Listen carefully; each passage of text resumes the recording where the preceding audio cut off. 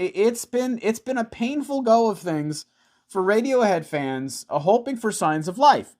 Well, that sign of life has come, in my view. Their habit for years as a band, as you may know, if you've been watching this band with some degree of closeness, has been to create what's called, pardon me as I for a second get into the weeds with you for just a minute here, they create these limited liability partnerships, these LLPs, in advance of seemingly every project that at least Tom York is directly involved with, okay?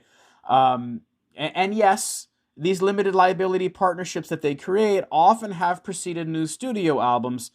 Sometimes it's just been a reissue. Most recently in 2021, that reissue was the reissue of Kid A with some outtakes, and it was a pretty fascinating collection. I've discussed that on previous Radiohead videos. You can check those out. I'll link to them in the description.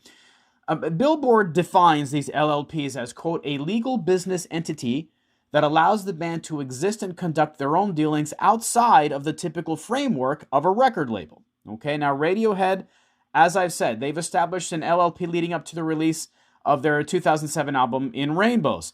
They did it again in 2011 to bring out King of Limbs. They did it again in advance of their last release, A Moonshaped Pool, in 2016. Tom York is in particular an LLP addict, okay? Because he also has done these LLPs in advance of the Atoms for Peace record with Flea and Nigel Goodrich back in, what was that, 2013?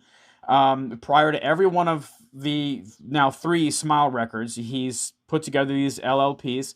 As I said, they haven't always preceded new studio albums, but more often than not they have, which is pretty exciting. This latest LLP that they've put together is called RHEUK 25. Okay.